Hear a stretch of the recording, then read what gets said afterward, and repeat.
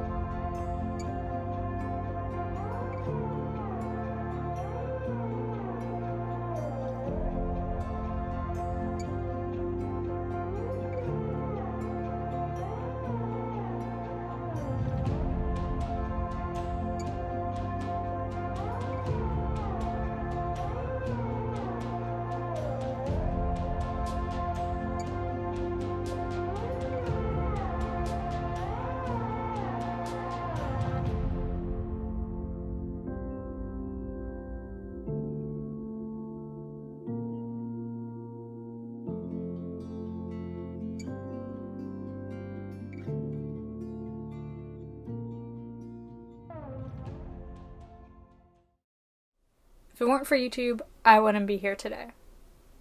Which is kind of dramatic, but not really. I remember when I was little, my parents would always show me and my brother random videos on YouTube.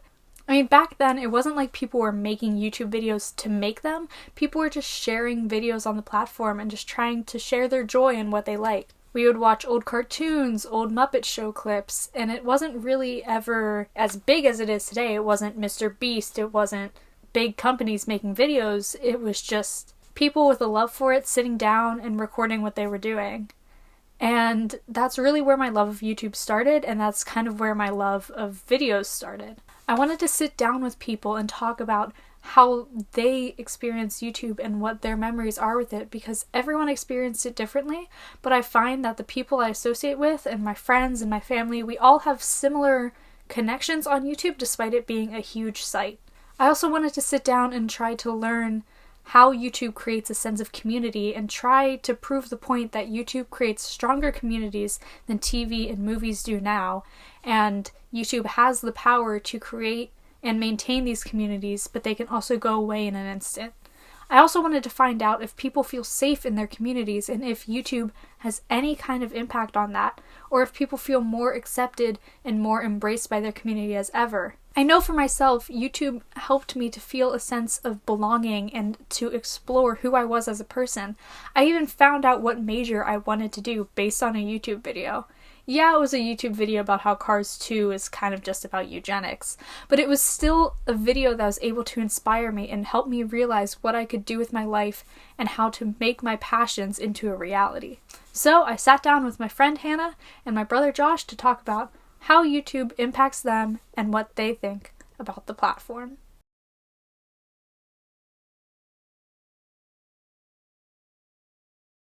I'm Hanna, and my vibe, I'm just here, just vibing.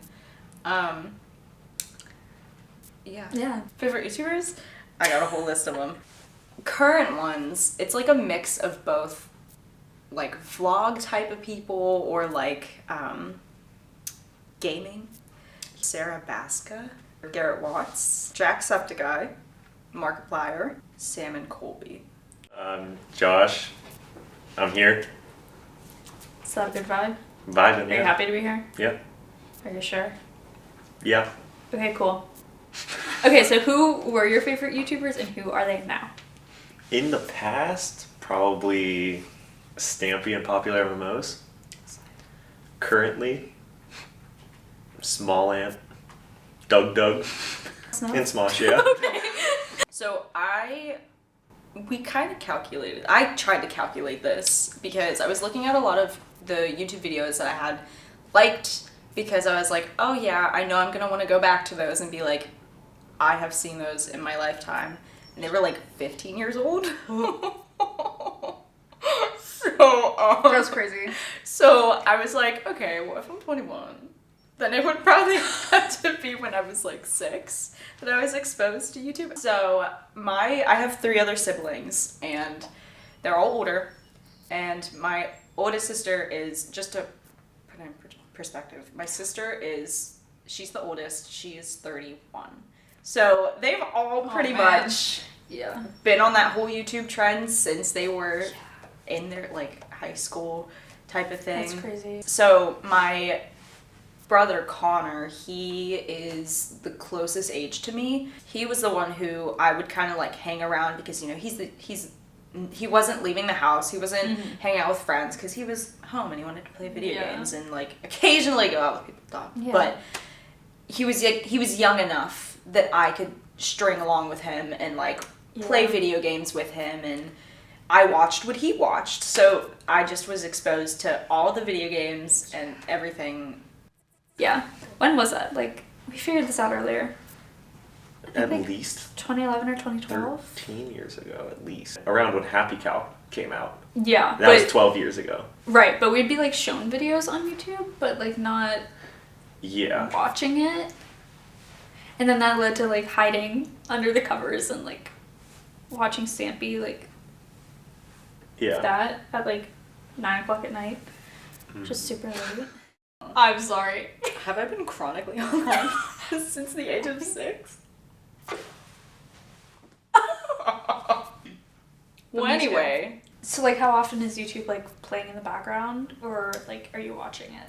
So I had a really big phase in middle school where that would be playing in the background, and like I would play Minecraft, or I would do something, like I would be doing work, like homework and stuff, but I kind of stopped watching YouTube altogether throughout high school, and then I kind of got back onto the trend, like whenever Dan and Phil stopped doing their gaming was when 2018 was when I stopped. So that was high school, and then all throughout high school I kind of just like stopped watching it. Yeah. And then going into college and meeting you guys, you were like, oh yeah, I watched all these guys and I'm like the same exact person as you. I was like, oh, okay, well, I guess I gotta get back into it. Well, that's also like when Dana and Phil came back. They did come back. Like they didn't come back until this year, but like they kind of. But they were on their gaming, way.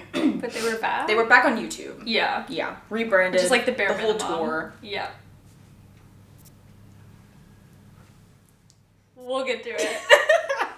I mostly go through my subscriptions because a lot of the people that I watch now still post pretty often and are still pretty like regularly doing stuff. Watching actively for like 9 o'clock on at night. Like every day? Okay. Having it on in the background the rest of the day. So you just like let it go? Yeah. I just scroll on the main page and hope I find something I want. That's horrible, actually. And then when I've done with that video, just scroll through the recommended in the next video and just keep going down the rabbit hole. That's horrific. So, do you find more representation on YouTube or like TV and movies? Like, where do you feel best represented? The YouTube. Yeah. For sure. And only because YouTube it's got the whole algorithm thing. And so whatever you end up liking or subscribing to, it'll probably end up showing you more things related to that. Which, I mean, is fair because I feel like I've found multiple YouTubers through other YouTubers that I've watched, or like they'll mention a YouTuber and then I'll end up going and watching them or something. And with that, I think that like makes communities, like the British vlogger community in like 2012. Huge. But like they're not connected to each other, but the algorithm was like, here, these are all similar. Yeah. And so like I think that's how we ended up watching the same stuff. Because it just like linked everyone together. They were all friends. Right. But so, like, were they? Or were they friends after the algorithm linked them together? Maybe after. I think it was after. Like they didn't like know each other. I don't think they liked each other. I don't think they liked each other either. I think the algorithm was like, you guys are kind of similar. Be friends. Yeah. But I also think it's the communities who did that as well. Right. Because they would be like, hey, this is something that happened in this person's channel, and no, but do you think that like us watching Smosh and like seeing all of that was like horrible in our formative years? Like that ruined me as a person. Like, we should not have been watching that. We should not. And I think that's part of the problem, was that we were just given, like, a loose bag of videos and just kind of set free. But also, like, I wanted to be a YouTuber. Mm-hmm. Is the world a violent place? Yes. I feel like I don't see it much in person unless it's like someone yelling at each other. I mean, I wouldn't really count that as violent. I feel like that would just be more like mean. Yeah. Rude, I don't know. But I think I do see it more through social media and YouTube. Like through TikTok, and then say I take that information and then I go through YouTube, because usually people are a little more in depth. Like, you know, because for a while, I wouldn't say it was a good thing, because it's not a good thing, but it was for some reason so, like, accepted on YouTube. But also felt like it was confined to YouTube. Like, I don't think it went to other platforms. It didn't go to other platforms, and I feel like it didn't go outside of YouTube. Right. Do you feel safe in your community, like, in person or online? And do you think that has changed, like, since, like, 2012? Yeah.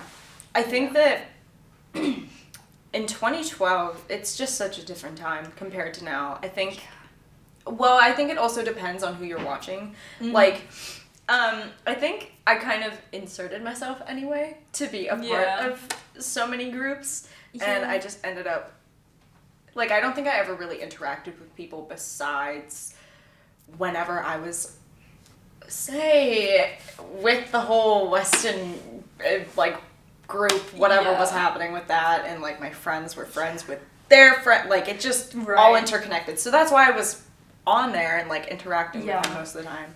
The internet is a scary place, and I feel like you can't not be a little, you should be self-aware about what's happening, and you should be, you know, careful with what you say to people. Like, I never told anyone where I lived, I never told anybody whatever. Like, maybe I'd said my name because, duh, but I never said my full name, never showed, like, Instagram, whatever. But majority of the time, like, long story short, I did feel safe. Do you find that, like, you can connect with people over YouTube more than you can, like, TV? Like, I can't go up to someone and be like, you watch Young Sheldon, right? We should be buddies. But, like, I can go up to someone over YouTube, and you can go up to someone on YouTube and be like, hey, you watch this person? Watch this type of video? Might like this person. Yeah. You can have a full conversation about that. You can't be like, so what were your thoughts about Young Sheldon's newest episode? I do think it's, like, the one thing we still bond over, though. Like, it's the only thing that we still have in common, because there was, like, a whole thing. Like, they left, and then they came back, and then they left, and then they came back, and now they're back. So, like, it's kind of, like, again, growing with your audience and growing with the channel. And they had, like, the awkward Defy stage where it's, like, targeted for kids. And they're also forced to make movies. They didn't want to make the movies. No, but... They were not good. No, but also they were able to find, like, absurd success from it. And I think that's also part of... They grew their audience when they were with Defy, because it was aimed toward younger audience. And then now that they're not with Defy, that younger audience can grow with the material. Right, but also the older audience. Older audience comes back. Can, like, watch everything else and be like, wow, that is so nostalgia. Thanks. Real cool. Yeah.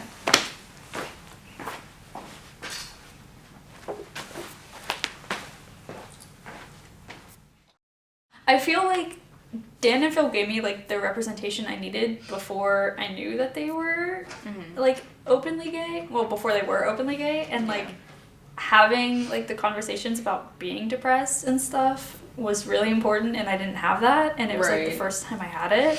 Which is why at his tour I sobbed. Because, like, that was the first time I got to see, like, mental health not be... like, scrutinized. Made fun of. Yeah.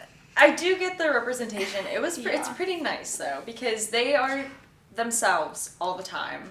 And I feel like, especially with the time that they went on YouTube and made all their videos. Yeah. Well, they started in, like, 2009. Yeah. Phil started in 2006. Yeah. Dan started in, like, 2009. Which is crazy. That's insane. Yeah. Time frame. Ooh, don't want to talk about it. Yeah. But I think it's really important. Especially because, like, my family is super, like, not to get political and this kind of thing, my family is super conservative. Growing up, I feel like I had to kind of learn through other people or through YouTubers, and so they kind of did help a lot. With that, it was just community of, like, sad gay teenagers, which is, like, horrible, but, like, that, like, gay connection. Yeah. It made me feel like I wasn't weird. Yeah, it was. But, like, weird, but, like, not. It is, I feel like it's in YouTube, it also wasn't widely accepted for, like, any of that stuff, and both of those topics were not widely talked about and hated on. Yeah. Which is crazy, because why does it matter to other people? But I guess like, grow up. Get a grip. Not afraid. Yeah. But I do think, like, on YouTube, like, creators get to grow with their audience a lot more than, like, movies and TV shows, because you don't get to, like, get that automatic feedback. And I think that's part of it in creating a community, is that, like, you get to do live streams and, like, and if it were on the radio and, like... Oh, yeah. That was crazy. We don't have to talk about that one. No.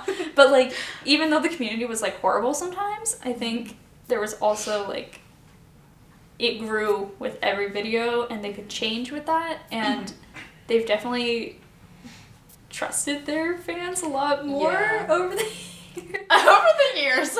Since we stopped being horrible people. Them as a community, growing with the YouTubers, I have said that so much. Maybe not to, probably to Elora. Yeah. It's interesting to see them grow, but then also us as well, because we kind of shaped our lives based on them, and shaped ourselves based off of them. I think it was the first thing we really bonded over. This is true. Was like, oh, you watch cringe YouTube stuff, and you have for years. I feel just like me for real. Okay, they were less cringe then. I was about to say. Still. Well, I mean, I feel like now they're not, like, I don't know how to describe this. I think that they are a little cringe, but looking back at it, I'm not embarrassed to have watched any of them. Thanks, bro.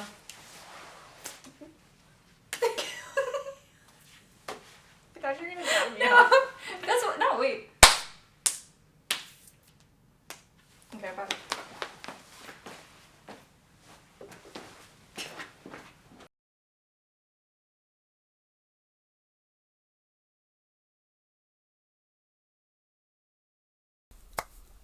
That was weird. Anyway, through these conversations, I realized that the connections I have with people over YouTube are strongly impacted by the algorithm, as the algorithm would take my common interests and just connect me to other YouTubers and other videos that they thought I would like. And this was common for other people, and even if we didn't have the same starting point, it seems that we would all kind of find ourselves in the same area, especially if we had shared interests like music and different TV shows. We were able to kind of find this common middle ground. Even if we didn't like the same artists or anything anymore, we were still able to bond over what we liked in the past. Well, obviously my brother and I watched YouTube together, meaning we watched pretty much the same things. Now we are able to reflect on it and make jokes and just make references that only the two of us get. We grew up watching Smosh a lot, and while we've returned to Smosh, we also find a shared sense of humor. We definitely annoyed my parents a lot growing up with the same over and over songs and Tobuscus lyrics and Computer Nerd 01 parodies. And a lot of people maybe don't know what I'm talking about, but it's that shared experience that we have that has allowed us to stay close and continue to watch the same things despite growing apart in our interests. In 2022, some friends and I, including Hanna, went to Dan Howell's world tour, and it was one of the best experiences I've ever had. We were able to take our shared yet separate online experiences and experience it in person together for the first time. Watching a video together is one thing, but being able to see someone live who we looked up to for so long, who shaped our childhoods and how we thought of ourselves and others, was just incredible.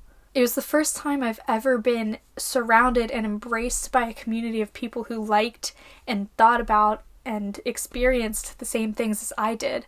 When online, it's hard to imagine how big the community really is. Even thinking about, say, 1,000 people, it's hard to picture it. You can't picture 1,000 people in a room. But being there, you get immersed in this space and you get to connect with people. And we were in line for, I think, 2 hours, and we met so many fun people, and we were able to just immediately bond and connect because we had that shared experience. And the algorithm also led to us having shared experiences outside of Dan and Phil. Dan's show talked about the acceptance of his queer identity, growing up being bullied, having mental health struggles, and the power of the YouTube community to allow him to grow, discover who he was, and to find acceptance in himself and from others.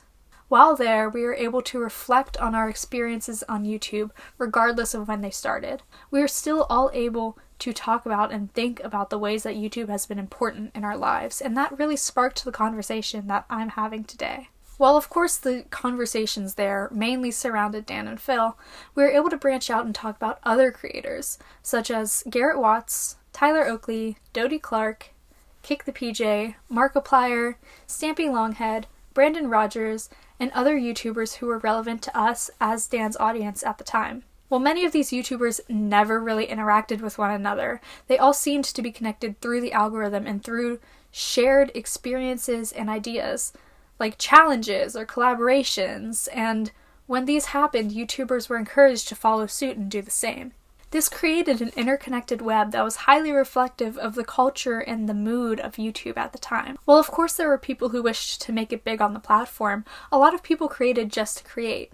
People go and use YouTube as a creative outlet to share their experiences, their ideas, their ways of expressing themselves. This gave people the outlet that otherwise they wouldn't be able to have, as YouTube was ahead of the curve on video sharing, on how to really create.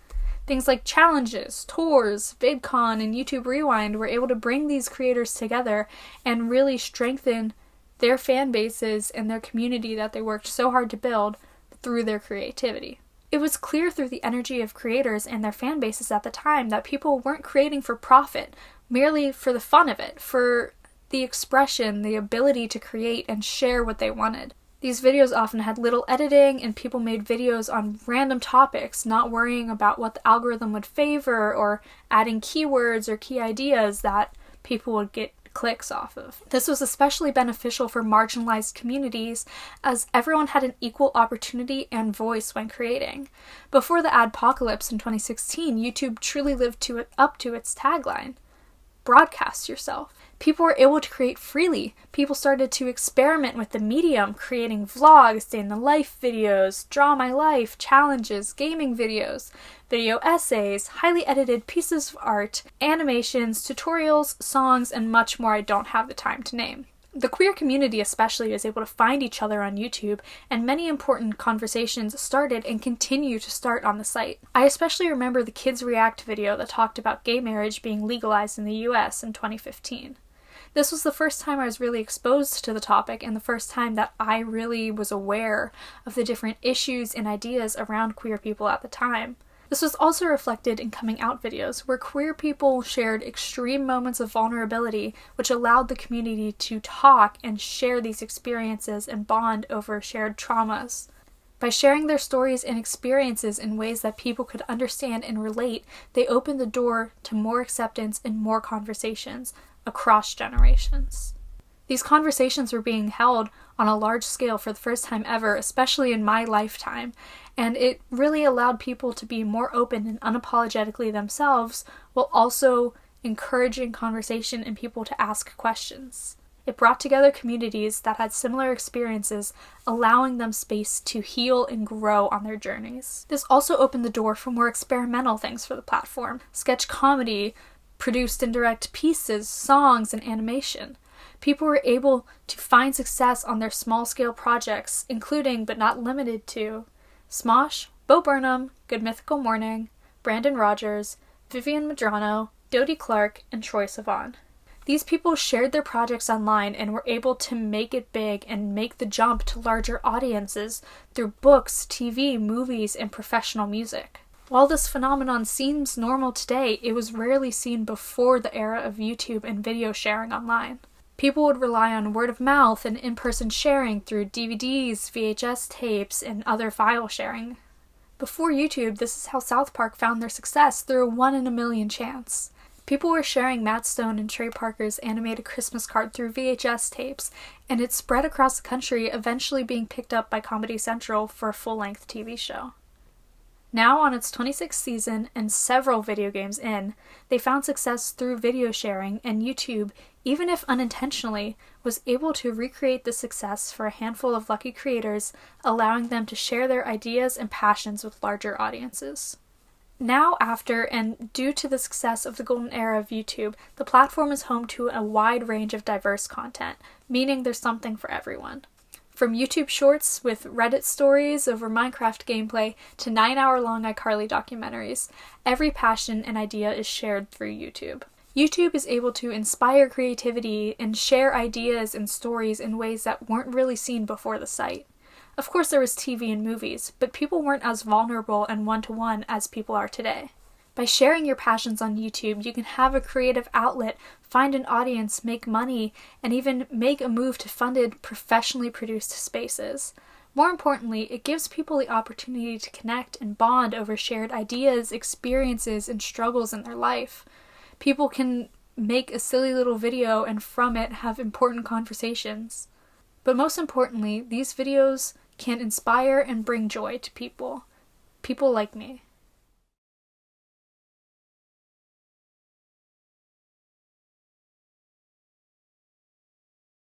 Hi guys, it's time to draw my life.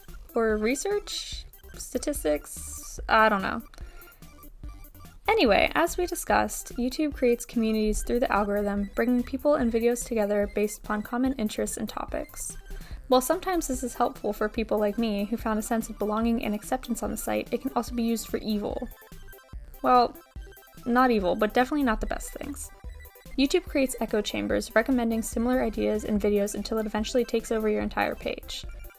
While it is possible for users to choose what they watch and to escape these webs of content, it's a personal choice and can be more effort than it's worth sometimes. This is reflected in the way that Josh talked about his YouTube viewership.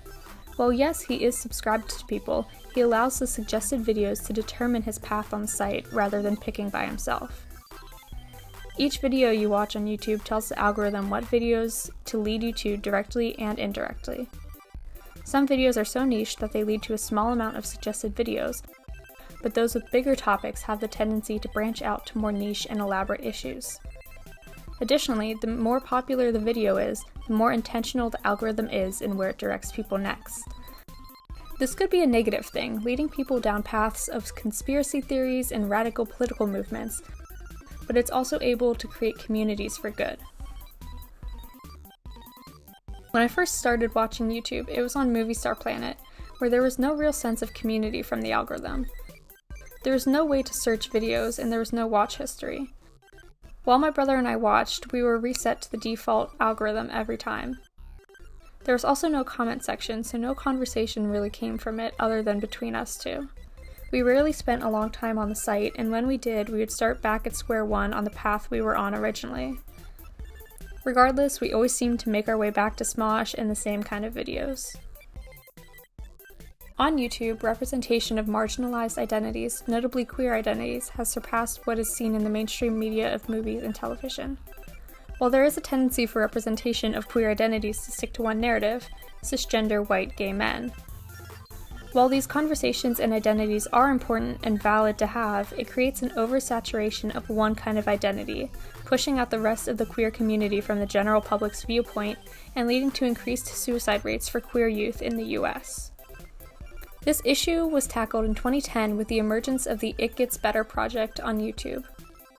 This project looked to increase conversations about being queer and overcoming bullying, hoping to encourage the community so people wouldn't feel so alone.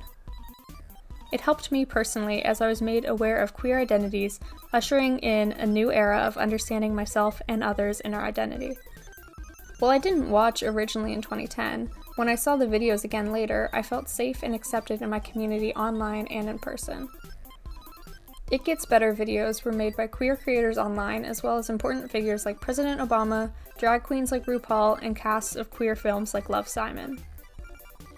This allowed people to see just how important queer acceptance is and the value of using your voice for good. Now, the It Gets Better project makes resources and educational guides discussing queer issues and culture while providing queer youth with information and lifelines to allow people of any identity to find the help they need to thrive and be themselves. YouTube has allowed creators to find success on the site through videos and streaming. Since the site is home to so many small yet connected subtopics and subcommunities, many people can find success in their niche projects and interests. According to Zimmer and Sheeb, social interaction makes up 35% of the reason for streaming, self-presentation makes up 33%, information sharing makes up 30%, and trolling and just having fun takes up the remaining 2%. This allows people to create for any reason they wish while ensuring that there is an audience for it. I know I prefer live streams where people can just chat with their audience. Especially during 2020 and the pandemic, this allowed people to have social interactions safely. By allowing people to stream, YouTube has served to help people solve their social needs while being able to reach a micro-celebrity status. Live streams on YouTube have allowed smaller creators to find an audience and larger creators to connect with their established audiences and talk about what mattered to them. YouNow is a streaming site that is compatible with YouTube, allowing people to stream and reach anyone on the site. I used to watch Dan and Phil go live on the site, and it made myself and others feel more connected to them while we connected over our shared interests in the live chat feed, often asking questions. This January, Dan and Phil went live on YouTube where fans could join and play Mario Kart with them. Despite having nearly 3 million subscribers on their joint gaming channel, they were able to connect with fans and have a connection you wouldn't get to have with other celebrity figures. Overall, while there is the opportunity to have financial success on YouTube, many find greater success and satisfaction in creating and building communities and personal connections with people on the site. For myself, the creators who don't care about money are the ones I gravitate towards, since it's more like a friendship through a screen. Is that parasocial? Maybe. I'm really glad the algorithm worked the way it did, as it allowed me to be connected to people now from the videos I watched before, sometimes 10 years ago. It led me to the creators that still inspire me today, as well as the people that I am bonded with. The It Gets Better project showed me that it was okay to be myself in a time where I didn't think it was possible. It brought me comfort and information when I needed it, and it connected me with different creators and projects that I otherwise wouldn't have known about and wouldn't have been able to grow from. Finally, through streaming, I've been able to maintain social interactions that I need to have a balanced life, while also being able to connect with the communities and creators that I have loved.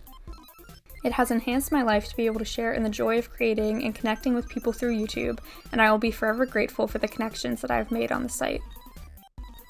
I have been accepted and embraced by the creators on YouTube, and I hope that my work can make people feel the acceptance and the love that I have felt on the site just the same. Through my conversations, research, and having spent nearly half of my life on YouTube, I have found that the site really has the power to connect people in ways that media hasn't really been able to before. YouTube can be accessed and uploaded on by anyone, and that's allowed me to learn about and share things that I otherwise didn't even know about. I was able to make connections with people, and I now know the value of unapologetically being myself while giving others the space around me to share and grow alongside me. It's funny to think that my journey with the site started with 2 guys lip-syncing to the Pokemon theme song in their room, and some guys drawing cat whiskers on their face and answering questions. But they've taught me that friendship always wins, and to embrace the void and have the courage to exist.